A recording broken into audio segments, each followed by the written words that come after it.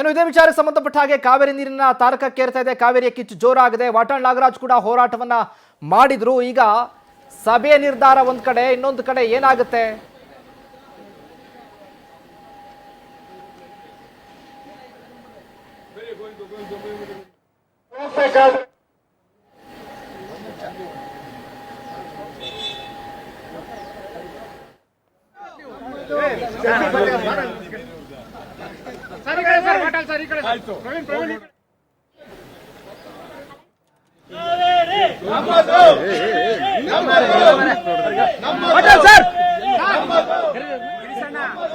Sir ಇಲ್ಲಿ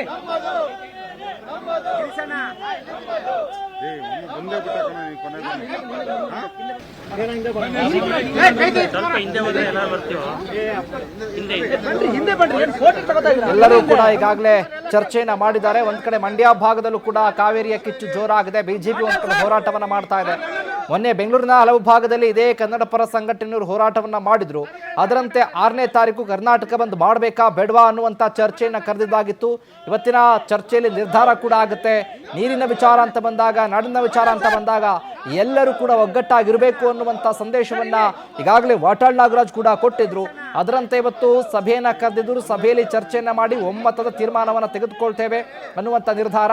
ಹಾಗಾಗಿ ಇವತ್ತಿನ ನೋಡ್ತಾ ಇರಬಹುದು ದೃಶ್ಯದಲ್ಲಿ ನಾವು ಹಲವು ನಾಯಕರು, ಕನ್ನಡ ಪರ ಹೋರಾಟಗಾರರು ಕೂಡ ಈ ಒಂದು ಸಂದರ್ಭದಲ್ಲಿ ಭಾಗಿಯಾಗಿ ನಾವು ಬಂದ್ ಮಾಡೋದಕ್ಕೆ ಬೆಂಬಲವನ್ನ ಕೊಟ್ಟಿದ್ದಾರೆ. ಇದರ ಜೊತೆಗೆ ನಿಗದಿಯನ್ನ ಮಾಡ್ತಾರೆ. ಅಂದ್ರೆ ಎಲ್ಲಾ ಇಲಾಖೆಯಲ್ಲೂ ಬೇಕಲ್ಲ, ಸಾರಿಗೆ ಇಲಾಖೆ ಆಗಿರ್ಬೋದು, ನೌಕರರ ಇಲಾಖೆ, ಇದರ ಜೊತೆಗೆ ಕನ್ನಡ ಪರ ಸಂಘಟನೆಯವರಾಗಿರ್ಬೋದು, ಆಟೋ ಇಲಾಖೆಯವರಾಗಿರ್ಬೋದು, ಎಲ್ಲ ಇಲಾಖೆಯಿಂದಲೂ ಕೂಡ ಬೆಂಬಲ ಬೇಕಾಗುತ್ತೆ. ಆ ಬೆಂಬಲವನ್ನ ಪಡ್ಕೊಳ್ಳುವಂತ ಪ್ರಯತ್ನದ ಜೊತೆಗೆ ಈ ಒಂದು ವಿಚಾರ ಅಂತ ಬಂದಾಗ ಎಲ್ಲರೂ ಸ್ವತಃ ತಾವಾಗಿ ಬಂದು ಬೆಂಬಲವನ್ನ ಕೊಡಬೇಕು ಅಂತ. ಯಾಕಂದ್ರೆ ಕಾವೇರಿ ಅನ್ನೋದು ನಮ್ಮ ಕಾವೇರಿ ನಮಗೆ ಕುಡಿಯೋ ನೀರು ಒದಗಿಸ್ತಾ ಇದೆ. ಸದ್ಯಕ್ಕಿದೆ, ಮುಂದಕ್ಕೆ ಏನಾಗುತ್ತೋ ಗೊತ್ತಿಲ್ಲ, ಮಳೆ ಬಂದಿಲ್ಲ ಅಂತ ಅಂದ್ರೆ ಇಂಥ ಪರಿಸ್ಥಿತಿಯಲ್ಲಿ ಎಲ್ಲರೂ ಅವರೇ ಕೂಡ ಸ್ವಯಂ ಪ್ರೇರಿತವಾಗಿ ಬೆಂಬಲವನ್ನ ಕೊಡಬೇಕು, ಹೋರಾಟದಲ್ಲಿ ಭಾಗಿಯಾಗಬೇಕು ಅನ್ನುವಂಥ ಸಂದೇಶ. ಅದರಂತೆ ಹಲವು ಭಾಗದಲ್ಲಿ ಈಗಾಗಲೇ ಕಾವೇರಿಯ ಕಿಚ್ಚು ಜೋರಾಗಿದೆ, ಆಕ್ರೋಶ ಕೂಡ ವ್ಯಕ್ತವಾಗಿದೆ.